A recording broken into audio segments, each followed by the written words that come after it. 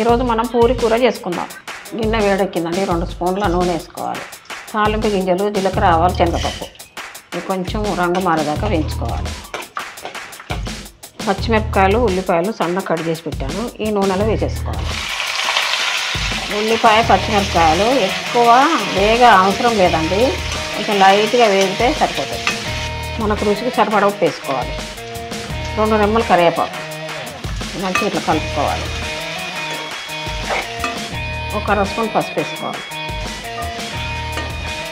1 ఆలుగడ్డ ఉడకబెట్టి పెట్టాను. ఇవి కూడా ఇందులో వేసేసుకోవాలి.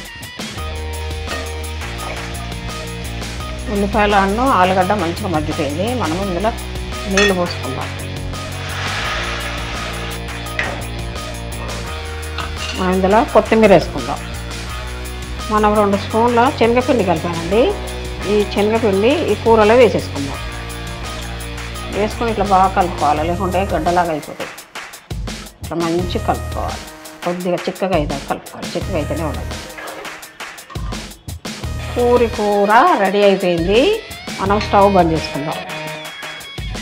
ఇదే విధానంగా పూరి కర్రీ చేసుకోండి, తినండి, లైక్ చేయండి, షేర్ చేయండి, మన ఛానల్లో సబ్స్క్రైబ్ చేసుకోండి. బాయ్.